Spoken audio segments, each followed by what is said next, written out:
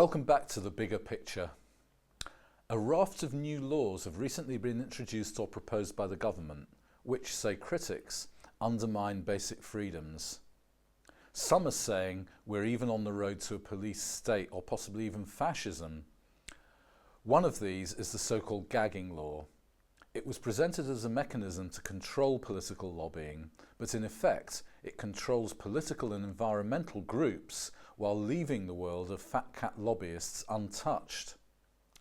Then we have the secret courts, ostensibly to deal with terrorism, but which Claire Algar, the executive director of the civil liberties organisation Reprieve, describes as, and I'm quoting, an end to the British right to a fair trial as we know it, and will put the government above the law, ends the quotes. In addition, there seem to be ever more super injunctions. These are court orders which prevent a media outlet not only from reporting a story, but also from even acknowledging that a story exists. These new laws supplement older laws such as the Official Secrets Act, and the recent exposure of the pervasive use of long-term deep-cover detectives to infiltrate activist groups and act as agents provocateurs. It all adds up to a level of control that some see as necessary in the nation's armoury against the rise of the so-called Islamist extremism, but others see as being detrimental to a functioning democracy. And now they seem to want to criminalise dissenters by using the bizarre concept of non-violent extremists, which campaigners fear could mean anyone the establishment dislikes. Our correspondent Roy Hunter has been piecing together the arguments. Hi, Ian. It's, freedom of speech and the rule of law seem to have got a bit of a pounding recently. On top of all these other laws, we've also got to take into account the Snowden revelations. Yep. How we're being spied on all the time, all our communication seems to be intercepted. And Snowden's just come out in the last week or so and said that GCHQ, the British spy agency, is far more dangerous to privacy than the NSA in America. And he says that's because in America, at least, there are constitutional protections to break.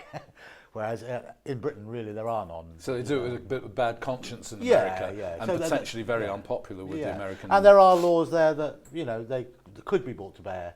Whereas like the Constitution, for instance. Yeah, like the Constitution. Whereas in Britain, we haven't got a written Constitution. So he's saying that GCHQ are actually more pervasive than the NSA, really.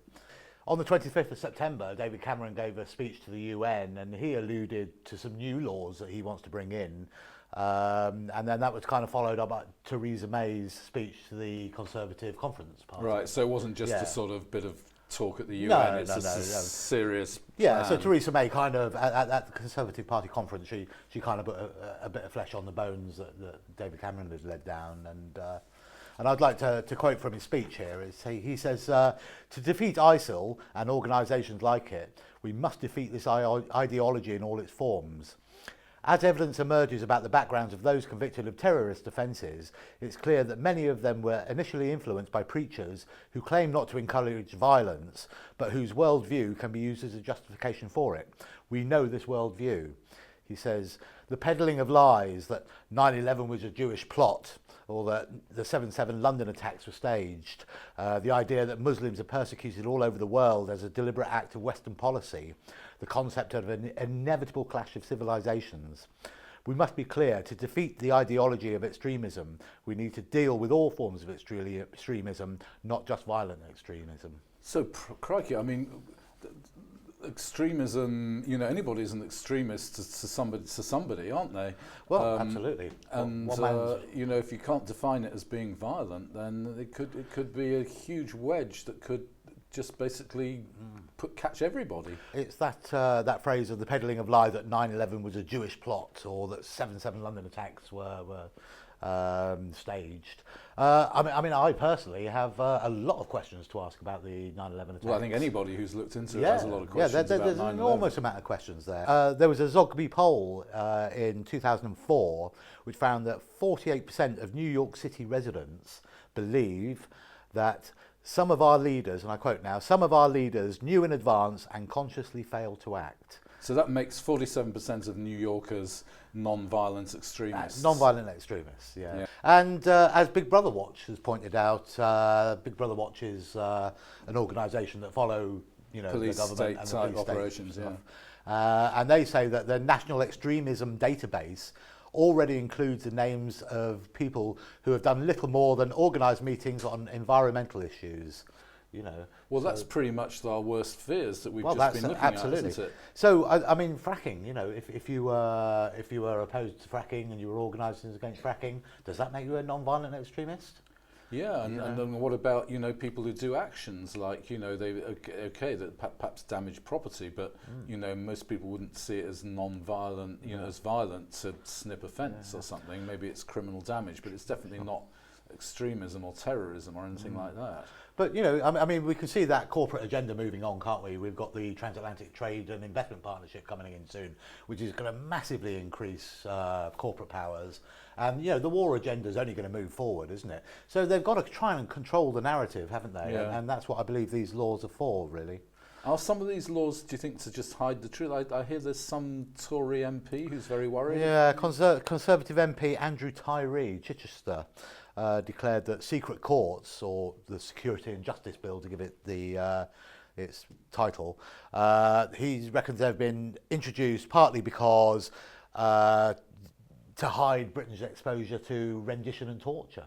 Binyam Mohammed, he was tortured in Guantanamo. This is when they were sending people to Guantanamo to be tortured. Yep. And I think I'm right in saying that Jack Straw is thought to have authorised this as foreign secretary at the time. He was foreign secretary at the time. But also we have Sami al-Sadi, who was rendered to the Gaddafi regime when Gaddafi was our friend of ours, yeah. And he did all our torturing Things change fast, don't they? Don't I think that a Tory MP would be criticising, presumably because it's Jack Straw, who's a Labour Party politician, as part of it, no doubt.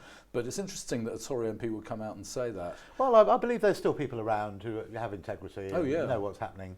But Theresa May, as I say, she put the flesh on the bones of what David Cameron had alluded to.